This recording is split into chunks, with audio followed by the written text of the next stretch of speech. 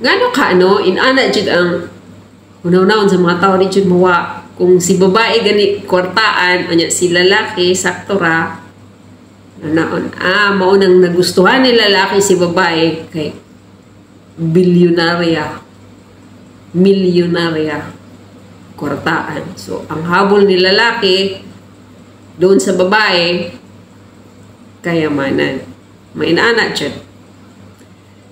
Kung si lalaki, ang kwartaan, si babae, uyamot ra, ang ila pamunaw na, gold digger si babae. Ang habol niya sa lalaki, kayamanan. Saklap. Di ba pwedeng nag-idlaban lang? Pero sa sitwasyon, nila ni Bea at saka ni Dominic, siguro nakita sa tibuok kalibutan, kung paano nag-propose si Dominic doon kay Bea. Buong mundo nakangiti, parang cloud9. Masaya ang lahat. Tuklasan natin lahat yung pagluhod-luhod ni Dominic kay Bea. And sa ngayon, nakakalungkot na di matuloy ang kanilang kasal. Pero guys, hindi natin sila i-judge. Dahil hindi natin alam kung ano ang tunay na dahilan, sila lang dalawa ang nakakaalam.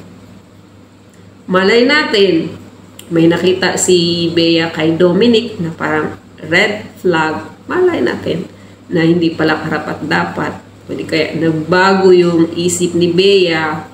O di kaya meron siyang nakita kay doon sa lalaki na hindi niya nagustuhan. Maaari din si lalaki, meron siyang natuklasan doon sa babae. Maring ganun. Minsan kasi, sa bandang kalagitnaan, doon natin ma-realize na di pala karapat-dapat. Mga ganun. So sila lang dalawa ang nakakaalam. Lumabas ang mga chismis na dahil daw sa prenuptial agreement, kaya hindi natuloy. Kung totoo man yun, kung totoo man yan dahil sa prenuptial agreement,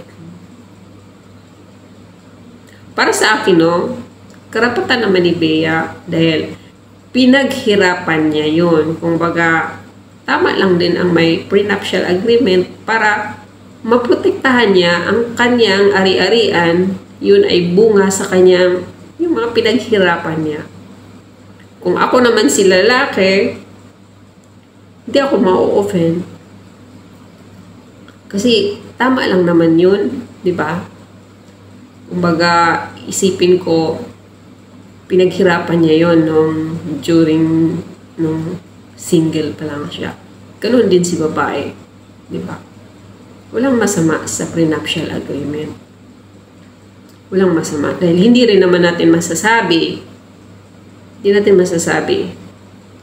sa marriage, malay, hindi nagkasundo, di ba? Tapos, mga ganon. Kaya para sa akin, tama lang din naman yung ginawa kay Bea. So, I hope kung ano man yung mga decision ni Bea, siya lang nakakalam. Di ba? Yun lang, guys. Kaya, dapat talaga, babae man o si lalaki, magsikap tayo, guys, para hindi tayo ida-down. Dapat talaga, si babae man si lalaki, merong tawag nito, merong kita para sa akin, maganda talaga na si babae o si lalaki, pareho silang merong kumbaga, may income. Hindi lang yung lalaki nakasalalay sa babae o di kaya si babae nakasalalay sa lalaki. Dapat talaga nagtutulungan. Di ba? Ibabash na naman ako. Huwag niyo akong ibabasha dahil idea ko lang naman to, opinion ko lang naman to. Bawat isa sa atin ay may kanya-kanyang opinion. So, opinion ko lang din to.